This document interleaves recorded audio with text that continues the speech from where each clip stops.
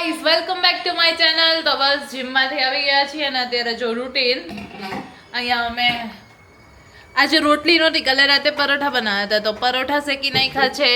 પછી મારું કોફી માટેનું દૂધ, જય માટે ચા, બધું બની રહ્યું છે. સાથે આજે અમે પૌવાઈ લઈ આવ્યા છીએ અને જીમમાં તો આજે બાયસેપ, ટ્રાયસેપ, એપ્સ બધું કર્યું. એપ્સ તો છે ને થોડાક જ કર્યા પણ કર્યા. અને પછી ટ્રેડમિલ આજે સ્કીપ કરી દીધું. ના જ પાડી જો કે અમને કે આટલું બધું કર્યું તો હવે ટ્રેડમિલ નથી કરવાનું. અને બસ હવે નાસ્તો કરશું. અને આજે તો મારે હવે મતલબ રીલ બી શૂટ કરવાની છે. 3 થી 4 ટાર્ગેટ છે કે એટલીસ્ટ 3 રીલ તો હું શૂટ કરી જ નાખું. પછી જોઈએ કે હવે કેટલું થાય છે આમાં. ગાઈસ તડકે વરસાદ આવી રહ્યો છે. આજે તો એટલો તડકો છે આમ જોવો તમે. પણ તડકામાં વરસાદને એમ થયું કે લાવ તડકામાં હું આવું એટલે કોક જો આમાં છાંટા દેખાય.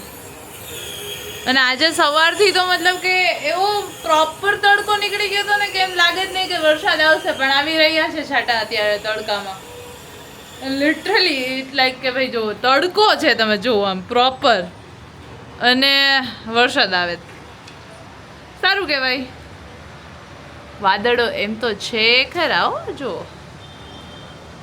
પણ છે તડકો જ પ્રોપરલી. આમ તો સારું આવે તો મજા આવે વરસાદ તો. છેલ્લા ઘણા દિવસ તો એવું લાગતું જ હતું કે ભાઈ હવે હમણાં થોડાક દિવસ વરસાદ આવશે, પણ આવી રહ્યો છે ધીમો છાટા કોક. તો બસ જો રેડી થઈ ગઈ છું, ખાલી નાહવું છે. જે આ બધું તો મારે પ્રોપર વ્યવસ્થિત રેડી થવાનું બાકી જ છે ને પછી અમે શૂટિંગ ચાલુ કરશું.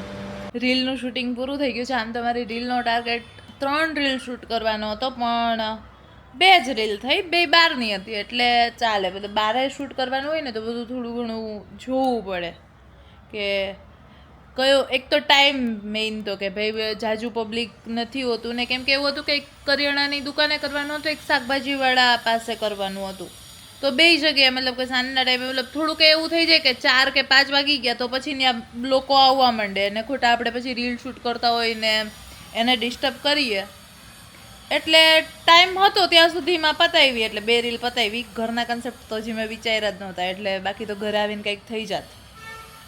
તો હવે બસ કાલના કન્સેપ્ટ પાછું વિચારીશ. અત્યારે જો હું ખાઈ રહી છું મકાઈ. અહીંયા મેં આ મકાઈ બાફી નાખી મસ્ત, જે હમણાં ખાશે. અને બપોરે જેમ તડકે છાંટા આવતા હતા એમ અત્યારે બારે થોડું ઘણું એવું છે, વરસાદી વાતાવરણ છે. વરસાદ નથી, ખાલી નાનું મોટું. અને અત્યારે ભાઈ થોડીક વાર માટે એસી બંધ કર્યું છે, જોઈએ બધું ખોલી નાખ્યું છે. થોડુંક બહારની નેચરલ હવા બી આવે તો મજા આવે ઘરમાં. અને હવે હું કન્સેપ્ટ વિચારીશ મસ્ત. ગેસ આજે તો બપોરે જ્યારે રીલ ચાલુ નહોતી કરી ને, જે નાના મોટું કામ કરતો હતો તો મને આવતો હતો કંટાળો ફૂલ. એટલે મેં છે ને એક ડ્રોઈંગ ચાલુ કર્યું, પણ પછી અત્યારે વચ્ચે રીલ બી કરી લીધી, નાના મોટું ટાઈમપાસ બી કરી લીધો ને અત્યારે મેં આખું ડ્રોઈંગ બી પૂરું કર્યું. એટલે એવું બધું કે આર્ટિસ્ટ તો નથી કે મતલબ કે મને એટલું બધું આવડે, પણ નાના મોટું એમ કે ભાઈ એવું હતું કે જો આ સ્કેચ પેન કલર્સ છે ને પડ્યા હતા, રીલ માટે લીધા હતા ને તો આ બધા કલર સ્કેચ પેન કલર નથી પણ માર્કર ટાઈપ કલર છે આખા એ, તો એ બધા પડ્યા હતા. તો હવે એનાથી જેવું થયું ને એવી ટ્રાય કરી. તો હું તમને બતાવું હવે આખું મારું આર્ટિસ્ટિક પેઇન્ટિંગ. જો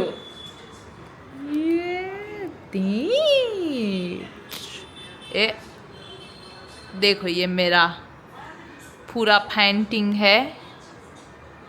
નવરાત્રિ આવે જ ને તો મેં એકદમ ફ્લોઈ મસ્ત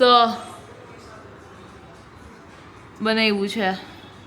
આ નવરાત્રિ વાઇબ વાળું આખું. તો મને તો ગયું. જો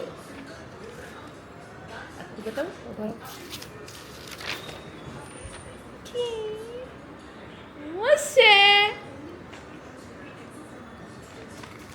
એટલે એમ તો ઓલમોસ્ટ આમાં અડધી પોણી કલાક તો વહી ગઈ હશે, પણ મજા આવી મને આ કરવામાં.